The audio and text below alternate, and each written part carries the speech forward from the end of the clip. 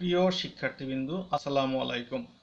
চলমান করোনা পরিস্থিতির আলোকে পিয়ার কলেজ কর্তৃক পরিচালিত অনলাইন কার্যক্রমের অংশ হিসেবে আজকের অনলাইন ক্লাসে তোমাদের স্বাগত জানাচ্ছি। আমি সোরাইকা হায়দার, প্রভাষক, অর্থনীতি বিভাগ। প্রিয় শিক্ষার্থীবৃন্দ, আশা করি তোমরা সবাই করোনা স্বাস্থ্যবিধি যথাযথভাবে মেনে সুস্থ রয়েছো এবং আমাদের অনলাইন ক্লাসে নিয়মিত অংশগ্রহণ করছো। এরই ধারাবাহিকতায় আজ আমরা অর্থনীতি প্রথম পত্র নিয়ে আলোচনা করব। প্রিয় শিক্ষার্থীবৃন্দ, পড়াশোনা শুরু করার জন্য তোমাদের পাঠ্যপুস্তক প্রয়োজন। বাজারে বিভিন্ন প্রকাশনীর বই রয়েছে, যেমন হাসান বুক হাউস, গ্রন্থকুটি সহ বিভিন্ন প্রকাশনী। তোমরা বাজার থেকে যে কোনো প্রকাশনীর বই কিনতে পারো। প্রতিটা বই ভালো এবং তোমাদের সিলেবাস অনুযায়ী তৈরি। অর্থনীতি প্রথম পত্রের পূর্ণমান হচ্ছে 100। এর মধ্যে সৃজনশীল প্রশ্ন 70 এবং বহু নির্বাচনী প্রশ্ন থাকবে 30। সৃজনশীল প্রশ্ন মোট 11টি প্রশ্ন থাকে, যার মধ্যে 7টি প্রশ্নের উত্তর দিতে হয়। প্রতিটা প্রশ্নের মান 10 এবং প্রতিটা সৃজনশীল প্রশ্নের 4টা অংশ থাকে।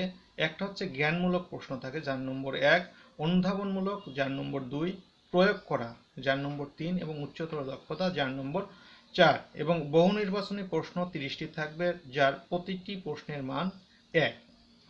এবার আমরা অর্থনীতি প্রথম পত্রের প্রথম অধ্যায় নিয়ে আলোচনা করব। প্রথম অধ্যায় রয়েছে মৌলিক অর্থনৈতিক সমস্যা এবং এর সমাধান। এই অধ্যায়ে প্রধান প্রধান শব্দসমূহ হচ্ছে অর্থনৈতিক সমস্যা, অভাব, সম্পদ, দুষ্প্রাপ্যতা, নির্বাচন, মৌলিক সমস্যা, শ্রমনিবিড়, পুঁজিনিবিড়, উৎপাদন সম্ভাবনা রেখা, সুযোগ ব্যয়, অর্থনৈতিক ব্যবস্থা, পুঁজিবাদী অর্থনীতি, সমাজতান্ত্রিক অর্থনীতি, মিশ্র অর্থনীতি, ইসলামী অর্থনীতি, স্বয়ংক্রিয় দাম ব্যবস্থা, ব্যষ্টিক অর্থনীতি, সামষ্টিক অর্থনীতি।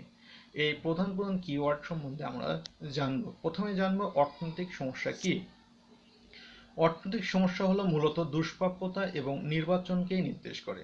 অর্থনৈতিক সমস্যার সূত্রপাত হয় মানব জীবনের অসীম অভাব এবং সেই অভাব পূরণের জন্য সীমিত উপকরণ থেকে।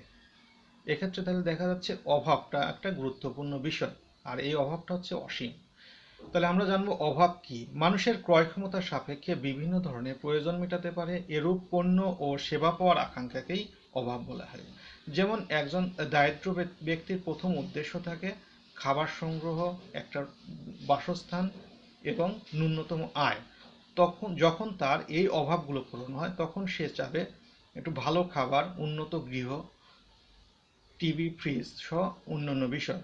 অর্থাৎ একটা অভাব শেষ হওয়ার পরপরই তাকে নতুন অভাব এসে হাজির হচ্ছে। এজন্যই অর্থনীতিতে বলা হয় অভাব অসীম। এবার আমরা জানবো সম্পদ কি। যেসব বস্তুগত ও অবস্তুগত দ্রব্যের উপযোগ আছে, যোগান সীমাবদ্ধ, হস্তান্তরযোগ্য, বাহ্যিকতা ও বিনিময় মূল্য বিদ্যমান, সেগুলোকে অর্থনীতিতে সম্পদ বলা হয়। এবার আমরা শিখব দুষ্প্রাপ্যতা।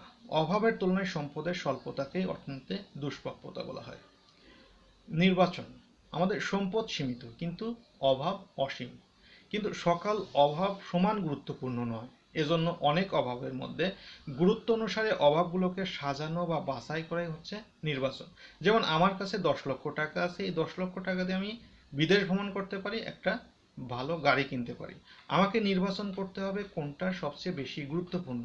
যে অভাবটা সবচেয়ে বেশি গুরুত্বপূর্ণ হবে সেই অভাবটা আমাকে আগে পূরণ করতে হবে। আমরা দুটি অভাব একসাথে পূরণ করতে পারবো না। তাহলে এখানে আমাদের মৌলিক সমস্যার উদ্ভব ঘটে। আমরা পরবর্তী ক্লাসে আমাদের মৌলিক সমস্যাগুলি এবং এর সমাধান নিয়ে আলোচনা করব। আজ এই পর্যন্তই। ভালো থেকো। আল্লাহ হাফেজ।